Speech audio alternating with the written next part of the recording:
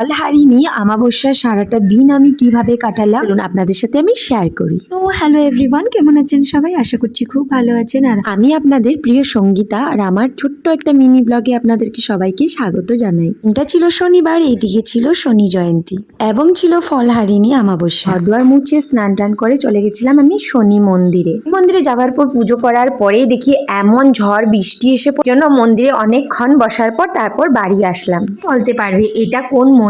ফলহারিণী অমাবস্যা, সেই কারণে কিন্তু আমি মায়ের মন্দিরেও এসেছি। কোনো প্ল্যানিং ছাড়াই কিন্তু আমি মায়ের মন্দিরে এসেছি, মা যেহেতু টেনেছে। তারপর কিন্তু আমি এসেছি আরেকটা মন্দিরে, সেখানে ছিল মাতা রানী, এখানে ছিল গৌরনিতাই, রাধাকৃষ্ণ, অনেক ঠাকুর ছিল এখানে। সবাইকে প্রণাম করলাম। প্ল্যানিং ছাড়া যে আমার সারাটা দিন এত ভালো কাটবে, মা যে আমাকে টেনেছে আর এত ঠাকুরের সাথে আমার দর্শন হয়েছে, আমি মানে এত ভালো যাবে আমার দিনটা আমি কিন্তু ভাবতেও পারিনি। তারপর সবখানি পুজো করে একটুখানি বসেছিলাম সেখানে। কিছুক্ষণ বসার পর দেখি প্রসাদ দিয়েছে, আর সেখানকার কমিটির যে লোকজন ছিল এত ভালো বিহেভিয়ার ছিল ওনাদের, মানে বলে এক্সপ্রেস করা যাবে না। তারপর আমরা কিন্তু অনেক কয়েকজন প্রসাদ নেওয়ার পরও কিন্তু এত লম্বা লাইন ছিল সেখানে প্রসাদের জন্য।